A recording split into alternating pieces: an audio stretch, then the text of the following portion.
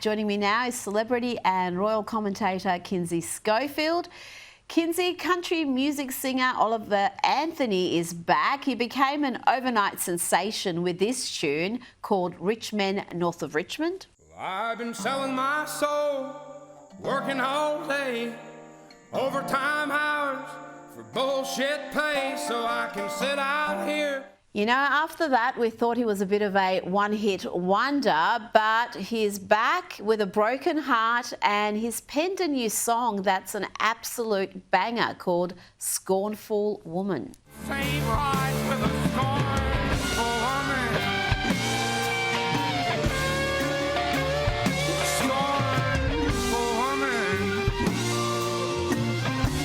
Kinsey, what's the story behind this absolute cracker of a song?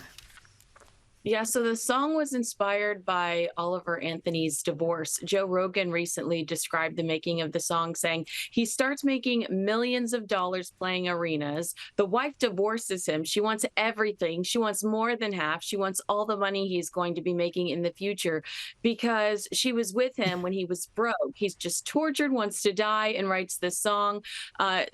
You're right. It's completely blown up the internet. And I mean, all of us can relate to somebody wanting something from us that we don't think that they deserve. And I think Taylor Swift has taught us all that great musical success comes from heartbreak. So, he's got to capitalise on this. Now, let's talk the Royals. Kate Middleton has unexpectedly skipped Royal Ascot. The Daily Mail reporting that while the Princess of Wales was disappointed to not be attending, she has to find the right balance as she fully returns to public-facing engagements. Kinsey, there'd be a lot of concern about Kate's health. What can you tell us?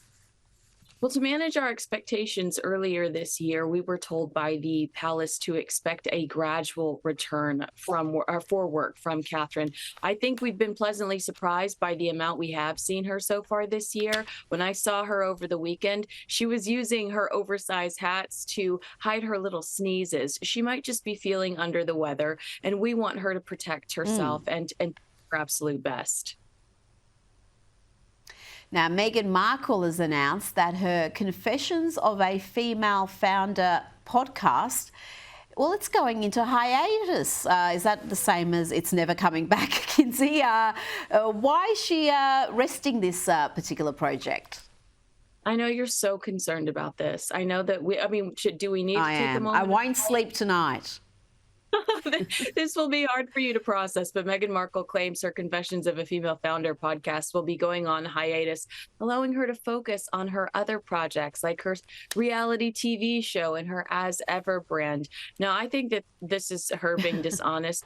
Newsweek reported that the podcast came into the Spotify charts at number 24 on April 10th, 2 days later after its release. The publication states that archived versions of the site show that April 12th, it had dropped out of the top 100.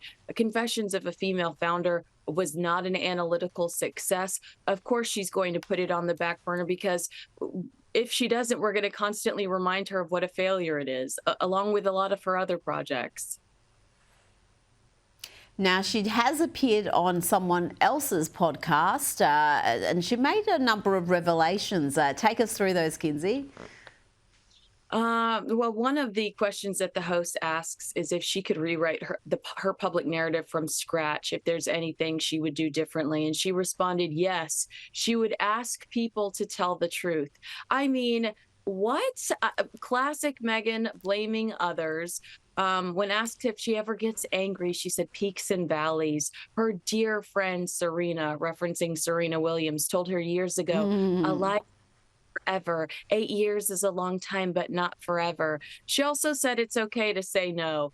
Girlfriend, we know you're like the poster child for quitting. You lasted in the royal family for 17 months. You just told us you quit. You're quitting your second podcast, basically. The poster. What happened to American Riviera Orchard? Obviously, you have no problem with the word no, but she's clearly upset with others making money off of her because she complains about how her influence in fashion, how it was weird to watch other people make money off of the things she wore, but also criticizing people using affiliate links around her children's clothing, which I think you and I've actually discussed. Meghan having affiliate links for Catherine and William's children on her new Instagram. So it's just massive hypocrisy. Well, something we've come to expect from the Duchess.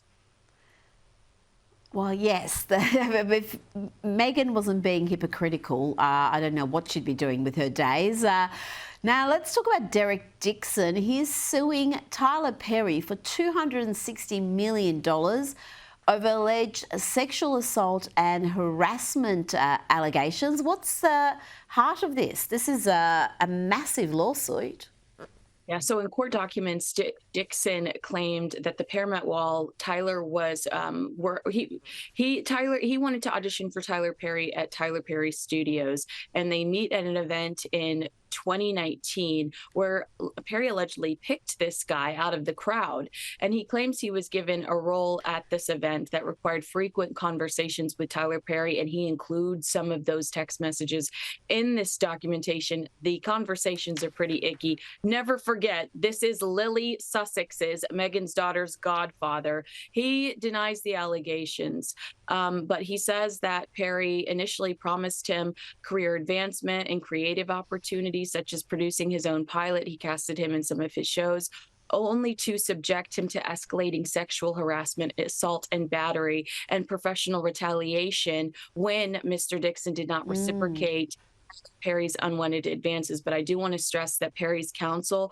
calls the lawsuit a scam, and it says that this person's just trying to take advantage of Tyler Perry. So calling it a shakedown, we'll have to see how all of this unfolds. Watch this space. But you're right, this is very damaging for Tyler Perry, who has created an empire for himself in Atlanta.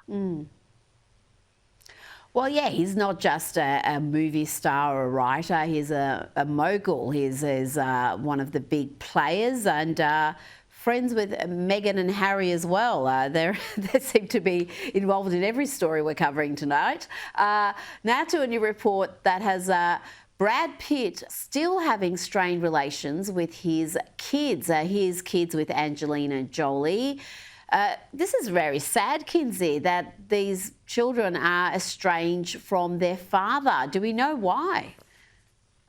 Well, it's because the divorce was so vicious between Brad and Angelina. Angelina has claimed that there was, a physical assault that was investigated and nothing ever came to fruition out of that on an airplane. Us Weekly claims that Pitt carries a deep emotional weight regarding his family. He reportedly only sees his youngest two children periodically.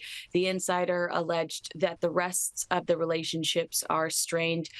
Some of them have dropped the last name Pitt as adults and in their profession in the entertainment industry. So this has to be hard. And of course, he's having to deal with a lot of these stories circulating right now. He's got a new project coming out, but also has a beautiful young girlfriend that he can take on the red carpet to distract from some of the past. It's a bit of a distraction, but if your kids aren't talking to you, nothing can be worse than that, I'd imagine. Kinsey Schofield, thank you so much for your time.